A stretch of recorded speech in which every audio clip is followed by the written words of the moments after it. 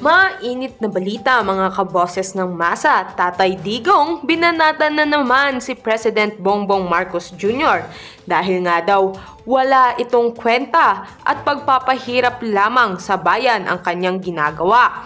Dahil nga dito ay talagang inilabas na ni Tatay Digong ang katotohanan at mga ebidensya na isisiwalat ang mga kabalbalan na ginagawa nito sa loob mismo ng Malacanang.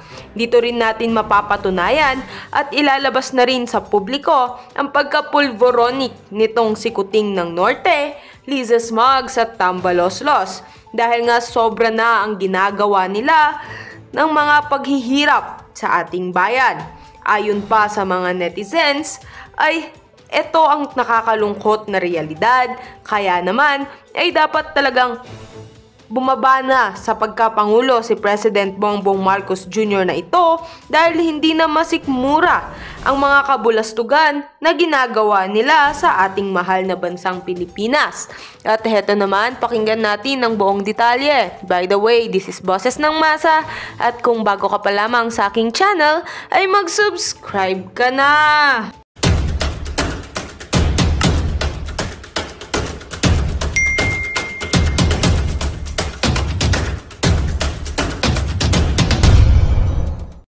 Bonggang-bongga eh. So, ang ibig sabihin, hindi na tumagal ng 6 years si Pangulong Duterte. Dong, ligwak na yan. Kung nag-overdose yan, o di natatagal ng isang araw yan, gagano na lang yan ng bonggang-bongga. Ayan, ang sabi ni, yan, nurse din ang common law wife ni Pangulong Duterte. Yes, si Miss Hanilet. True. Diba? So anyway, si Pangulong Duterte nung inamin, actually hindi niya naman kailangan aminin eh. He's being transparent na I am taking this drug kasi nga because of my pain. Dahil na-aksidente siya sa motor. Illegal ba yon? Hindi. Prescribe yun. Piniprescribe ng doktor. Okay, sige. Ang sagot ng mga dogs, mga dugyots ni Lisa, ay hindi. Kasi ino-overdose yung sarili niya. Oy, mga syunga, kung ino-overdose na yan, wala na kayong narinig na nag-speech doon. Wala na. 6 years ago, nasa ilalim na siya ng hukay.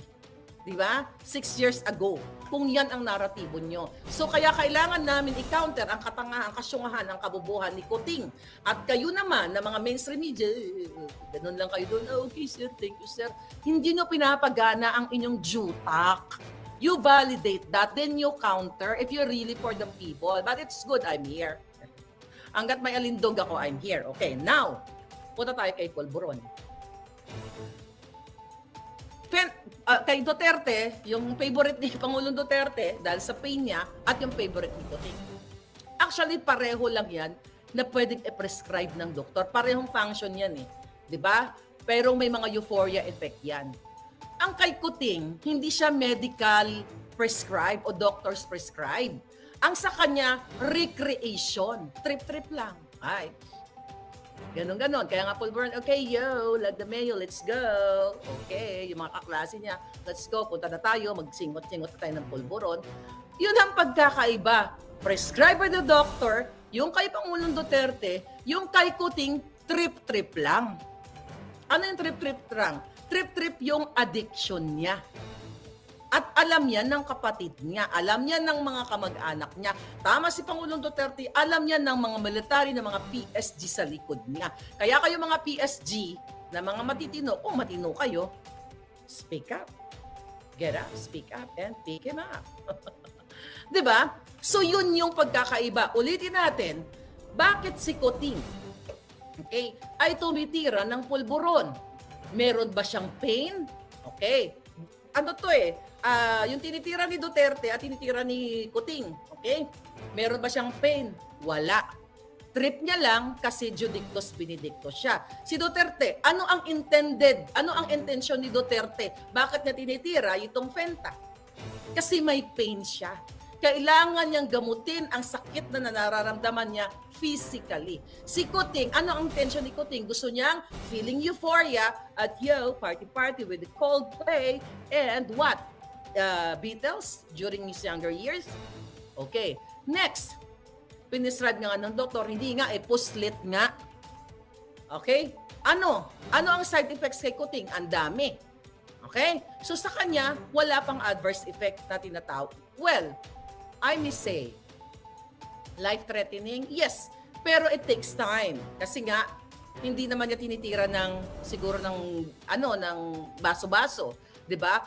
For what? For recreation lang, trip-trip lang. So if you compare si Pangulong Duterte at si Coting, okay? May kadahilanan kung bakit kailangan inumin ni Pangulong Duterte ang Fenta. Dahil mayroon siyang nararamdaman at that Fenta is intended to cure the pain. But Coting is doing the pulboronic or the Coca-Cola the intention is to get high and high and high. I wish marami akong alam na kanta, di ba? Para maging high, para maging euphoric, di ba? May euphoria ang hitad. Oh, yung mga ganon. Then, the side effect right now is the ngiwi. Okay? Ngiwi. Ito yung mga muscle twitching niya. Yan ang side effect. Manageable ba yan? If he is taking for long time, mahirap. Pero kung nag-quit siya right away, manageable yan. Through what? Through therapy. Okay? Contrary sa adverse effect na kapag patuloy mong iniinom tinitira yan, sinisingot mo ng bonggang-bongga, the adverse effect is death. The most you get that thing kapag patuloy mong ginagawa ang pulboronic. So now you know, Coke is it. I love that. Sabi ni printer ako, Coke is it. Okay? So ngiwi, tapos nguya, tapos luwa ang mata. Nanlilisik din, di ba? Kapag sobra na ang tinitira mong Coca-Cola, wala ka na sa, ito buti naalala ko, wala ka na sa normal mind mo. You cannot think. You know? Normally, why? You compare the thinking of Pangulong Duterte and Coting. Si Pangulong Duterte nung nag-speech kagabi, wala siyang script. Yung kanyang train of thoughts, yung pagkasunod-sunod ng kanyang pag-iisip sa subject na kanyang tinatakil during that time about the pulboronic is just amazing. Tama. Pagkasunod-sunod. Yung emotion niya na hindi ko kayo inaano. He talks about ICC. He talks about People's Initiative. He talks about important issues sa ating lipunan. Whereas, sabi ko, on the contrary, Coting speech sa grandstand, nagbabasa siya ng script. Bakit ka magbabasa ng script? Kung ang speech mo ay paulit-ulit na lang about economic, imagine mo, binasa pa ni Coting ang speech niya, tama pagkaalala ko na bawal ang tamad, hindi tayo dapat magwawaldas. You don't need to write a script kung yun lang ang ang sasabihin mo. Ibig sabihin, ang isang pulboronic, hindi nakakapag-isip ang kanyang mind, ang kanyang neurons, kasi nga, na sobrahan na sa pulboronic. So, hindi siya makakapag-compose ng tamang kamada ng mga sasabihin niya, kaya kailangan niya mag-script. Para nga naman, sounds like he knows what he's doing or what he's saying. So, you see that? You notice. I challenge you, dugyots, or trolls, you compare. Si Coting, wala pa yatang 5 minutes yung kanyang speech sa Carino Grandstand, may script. Si Duterte, halos 1 oras nagsalita, walang script. So, sino ngayon ang may adverse effect? Kasi, let's talk about, wag din adverse effect, kasi that's life-threatening palangga. You need to consult doctor right away. Let's talk about side effect na lang. Kung si Pangulong Duterte ay mayroon nagmamanifest ng side effect ng kanyang tinitira para sa kanyang pain, makikita mo doon, hindi niya na matatapos yung kanyang speech kasi makakaramdam siya ng, sabi ko nga, pwede drowsiness, 'di ba? Yung paghina ng katawan, fatigue, yan yung mga side effects na manageable, na pwede mo yan, pag yan ang feeling mo, pag may sakit ka, minom ka ng gamot, I don't feel like getting up. So okay, iga-iga lang ang beauty ko dito, ganon. Pero nakita niyo yung momentum ni Duterte, Pangulong Duterte, the way siya magsalita mga palangga, nasa right mind siya. And you really learn a lot from him, from the terminologies. Of course, he's a lawyer. Diba? Hindi lang siya basta-basta lawyer. Naging presidente, siyang matino. Samantalang si Coting, hindi niya masabi dito na hindi niya masagot-sagot ang mga reporters kung siya ba ay nag-Coca-Cola or about it. Na kung ako tatanungin mo, kunyari tatanungin mo ako ang presidente, kunyari lang. Oh, Marlica, President Marlica, o di ba mangarap tayo ng bonggang-bongga, plug ko naman to. Ikaw ba ay pulburon eh? Kaya sabi ko, yung juta kong gininan mo. Hindi ako nagpupulburon, baka ikaw. O sige nga, kakasuhan kita ng ganyan, di ba? Pero para sa akin, hindi naman, well, kahit ano, pwedeng iba to sa'yo sa panahon ngayon, just to destroy you. Especially kung si Lisa ang kalaban mo. Diba? Black Ops yan, magkakasabot din si Lisa, si Mel Robles, si Taning, yan mga yan ang pinaplano nila to attack Duterte and Maharlika. You know what I mean? So, Kuting Jr., wala ka talaga sa PIDEA list. Kasi nga nakiusap, nagmanikluhod, si Amy Marcos sa'yo, ay si Amy Marcos, si Pangulong Duterte, si Senator Amy, na wag ka na. Kaya nga, di ba? Oh, kaya nga inamin mismo ni Pangulong Duterte. Dahil magkaibigan man tayo, pero napakagaling ni Pangulong Duterte. Hindi niya binanggit si Amy doon. He's really good. Ako sinasabi ko, kasi hindi naman ako Pangulong ni Pangulong Duterte, kasi ako, straight from the puting ahas, gusto ko makita niyo yung behind the scene. Okay? So ngayon, pikon na pikon sila ngayon. So malinaw na tayo sa PIDEA kung bakit wala si Kuting doon, and malinaw na rin tayo sa intended effect, side effect, and adverse effect ng tinitira ni Pangulong Duterte sa sinisinghot na pulburon ni Kuting. Right? Then pupunta tayo ngayon sa sino ang pikon, sino ang talo. Here we go. Sino ang pikon, sino ang talo, sino ang baliw. Okay, move a little bit, darling. Okay, here we go. Okay, tingnan natin. Okay, pakita natin to. Okay, ito lang. Pumunta ng Vietnam ang hitad. Okay, tingnan natin. Ay, teka lang. Tagalan natin ng bonggang-bonggang eksena. Wait lang, wait a minute. Hold your horses, darling. Okay. Panoorin. Ang pikon ay laging talo. Tayo si Lisa Smugs. Si Inday, call na call. Si Lisa, halata ang kanyang pagiging pikonera, jinggitera. Nakita, di ba? Andun si Inday, nakatayo. Protocol yun, na mag-shake hands ka. Ano ginawa ni Lisa? Okay lang yan. I totally understand her. Kasi, ganun talaga kapag nasusukol ka na. Pikon, guilty, at laklakera polboronic. Okay? So mga palangga, ang naging epekto ng ginawa ni Pangulong Duterte kahapon na speech? Bumahag ang buntot. Ano ba yung doon? Ano ba yung pinag-usapan nila doon? Diba, it's about the main subject doon sa Davao Rally is about the People's Initiative na niloloko ang Pilipino, pinapipirma para palitan o baguhin ang konstitusyon sa pabor kay Lisa, kay Tambaloslos, kay Sandro at kay Kuting to stay in power. Okay, now, here we go again. Okay, mga palangga. Okay? Ito, dali lang. Sabi mo? Ulitin ko? Palangga, may nag-comment? Okay, sige, paliwanag natin ulit ito. Okay, dali paliwanag natin ulit. Kasi bago ko ipakita yung mga drama. Ayan, tingnan ulit si Lisa. Di ba? Hindi niya alam kung anong gagawin niya. Ayan, nakita niya si Bersamin, umakap siya, kabog. Kunyari, nag-plastic. Tatanggalin na rin niya si Bersamin, di ba? Sabi ko sa inyo, si Mandanas ang papalit. Ayan, ninistab niya si Lisa. Okay, now, ano po ang naging effect ng ginawa ni Pangulong Duterte na kailangan ninyong magdiwa ngayon? Kung wala kayong pera, bumili na kayo ng pansit canton. Diyan, here we go.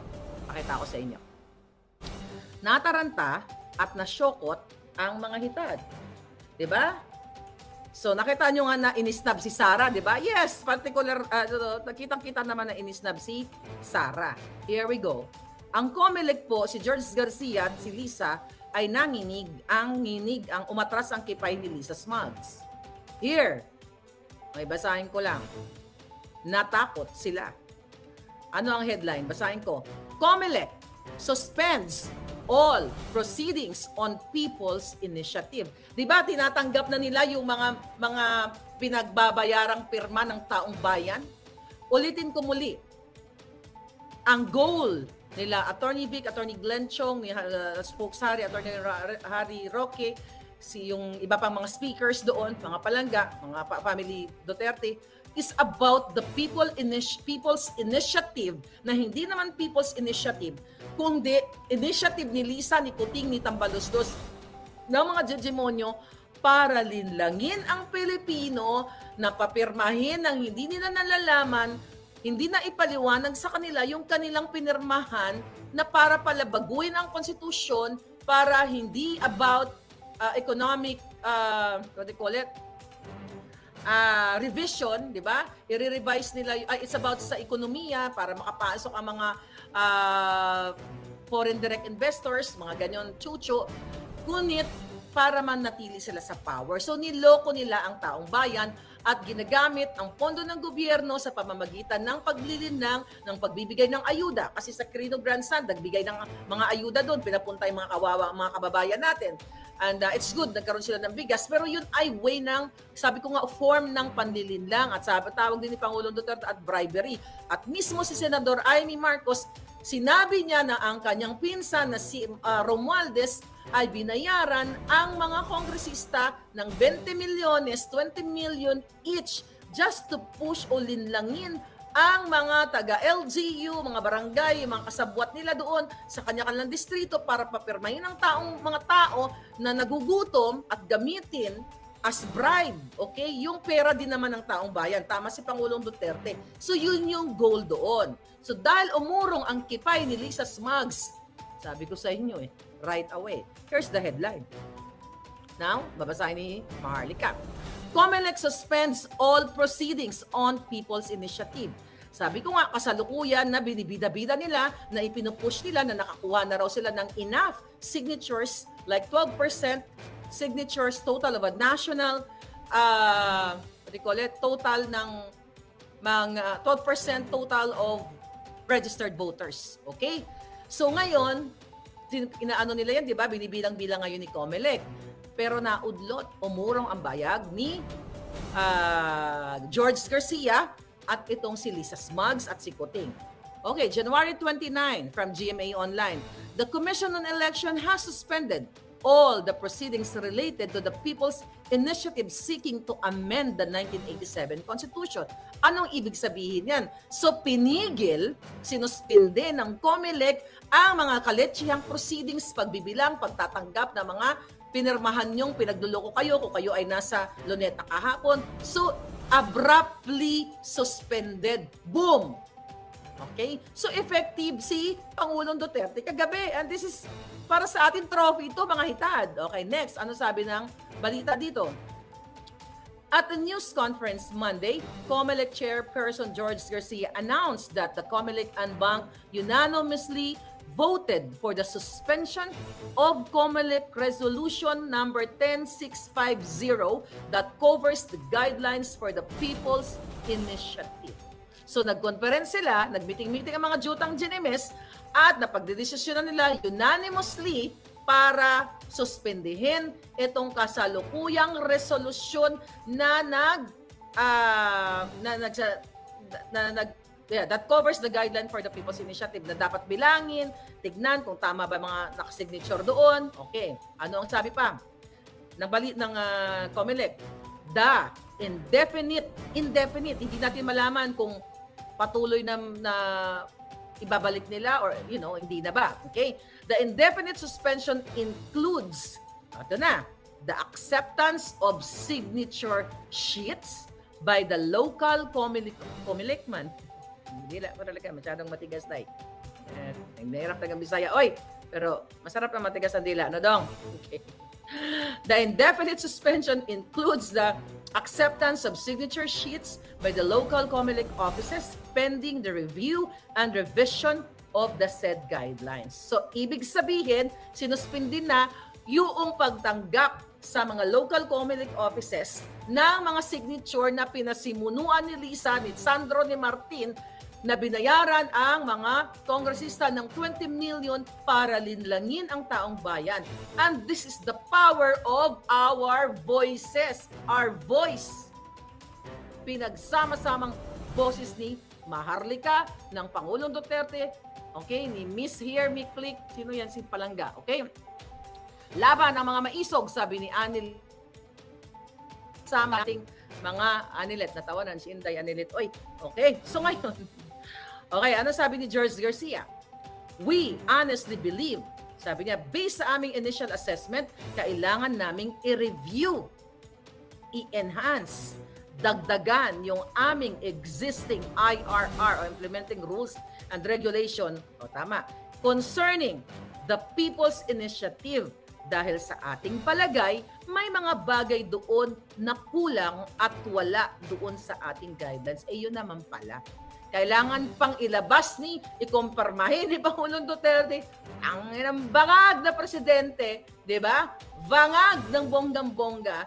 Kailangan pang doon, tumayo si Pangulong Duterte ng almost 1 oras, okay, na sabihin na si Kuting ay isang bangag at isang judictus benedictus bago nyo solusyonan o bago nyo gawin ang tama dahil alam mo, Garcia, George Garcia, dyan sa COMELEC, na ikaw ay tau-tauhan ni Lisa at dahil tau-tauhan ka ni Lisa, ni Tambalosas, ni Kuting, kahit alam ninyo beforehand, itong mga ginagawa ninyo na labag sa batas at sa guidelines ng mga nabanggit na mga batas o IRR dito sa COMELEC, mga palangga, itinuloy nyo pa rin kasi walang pang matapang na maglakas ng loob katulad ni Pangulong Duterte na magsalita at bulyawan kayo mga jutang ginemes kayo.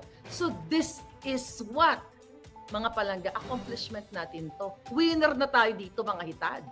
BBM resign now, sabi ni Ana CH. Sabi niya dito, yun na lang pala, translation na lang pala. Ito pa pala. Ano pa sinasabi dito? Kailangan ito para maiwasan ang problema, kaguluhan at hindi pagkakaunawaan doon sa mga interpretasyon ng probisyon. Kung matinutong mga ito, bago nila tinanggap, well, in the first place, the intention of this People's Initiative is in bad faith. Linlangin, i-bribe, kawawain ang Pilipino sa kanilang personal na interes sa agenda ni Lisa na manatili sa pwesto yang jutang gininang butod na yan. Okay? Butod, modlo. Putot! Di ba? Kahit anong gawin ng hitad na yan, walang wala nang ikagaganda yan. Alright. Sabi dito, Garcia reiterated okay. Okay, in English lang niya. Okay, sabi ni Garcia, sa aming palagay, sana naman huwag kaming obligahin kung gaano kahaba o kaiksi yung panahon na kakailangan namin para i-review namin ang rules. Sinabi rin naman ng Korte Suprema na naging desisyon niya na dapat ang People's Initiative ay isang kapangyarihan ng mamamayan at dahil dito dapat siguraduhin natin that people will able to exercise really this right under the Constitution. Garcia, alam mo sa sarili mo na ito ang dapat gawin. Pero dahil asong julol ka ni Lisa, okay, kasabwat ka sa lahat ng mga kaletsyan dyan sa Smartmatic, itinuloy nyo pa rin. Kung walang Maharlika, walang Kochi TV News, walang Kaiki Powers, ipagpapatuloy nyo ang mga kabangagan nyo. Kaya this is the power. That's why I'm telling you, mga palangga. Kung meron man silang perang ninakaw sa bayan at they feel that they are powerful in Malacanang and they have power, political power, we the people have a social power. So we have to unleash our power and put them in the Kumunoy. Hindi? So, diba? So yun. Okay, ano pa sinasabi dito ni Hitad? So, yeah, yun lang. So ngayon, mga palangga, natakal ko na si Pidea, si Kuting statement, then pikon na pikon si Lisa, and now naantala na ang People's Initiative na kanilang panglilinlang sa atin. Diba? Walang forever, sabi ni Kat Serrano. So now, Inday Sara, okay, si Inday Sara ay nagbigay ng statement. Okay, magaling din to eh. Okay, si Inday Sara naman, ano ang epekto nito sa kanya? Maliban siya sa na inisnab siya ni Lisa Smugs. Diba? Nakita mo kung sino ang pikon dito. Sino ang talo dito? Uy, congratulations to our 14,000 live viewers. My God, tinalbogan natin si Kuting. 9,000 lang siya kahapon. Nagbayad pa sila ng mga performers. Again, they spend millions of money of the Filipino people dun na sa kajotahan nilang mga kick-off rally na yun, mga palangga. Dapat i-kick out na natin talaga sila very soon. Mga performers, fireworks, panglilin lang. Ang mga tao ginamit, kaluluoy ang mga tao dito, may mga nagte-text sa akin, ma'am, ito, binigyan kami ng mga bigas naman. And it's okay yan, nabibigyan ka ng bigas at dapat nga ginagawa ng gobyerno yan kaysa naman kanilang ibubulsa. But double jeopardy ang ginagawa nila sa taong bayan. Nililin lang na nila para magkaroon sila ng mga attendees doon para sabihin sa national, sa taong bayan na, hey, si Kuting ay popular pa rin. Julul, hindi ka nga maka-10K kahapon ng live viewers. If lahat ng tao doon ay talagang para sa iyo at nagmamahal at sumusuporta sa iyo, kung mahal mo ang isang supporter, ay isang taong sinusuporter, like ako, 3 telepono pa ang i-open ko para, I love Kuting kasi, kailangan marami naman ang viewers si Kuting. Eh, hindi talaga nakabangon. Wala nga 10K Dodong. 9.5 lang si Dodong Kuting. So, ibig sabihin, yung mga taong doon, hindi sila pumunta doon. Ay, you know that already kasi nag-release sila ng internal memo sa lahat ng ahensya ng gobyerno. At pinwersa nga ang mga tao, di ba? Nakita ko na yan sa inyo. 10 at 100, 200, di ba? Sa bawat ahensya ng gobyerno, puwersahan. Hindi buong puso na pumunta ang mga tao doon. At ang iba doon na mga kawawa nating mga kababayan pumunta kasi wala silang bigas, wala silang makain. So kahit naman ikaw, di ba, kung iba nga kumakapit sa patalim, nagnanakaw, di ba, nagjujugaw, you know what I mean, di ba? Para makakain lang. How much more yung mga kababayan natin na nandiyadyaan na. Mayroon, pag nalaman mo, uy, Marlica, kunyari, wala kang bigas. Marlica, meron doon. Namimigay yung gobyerno.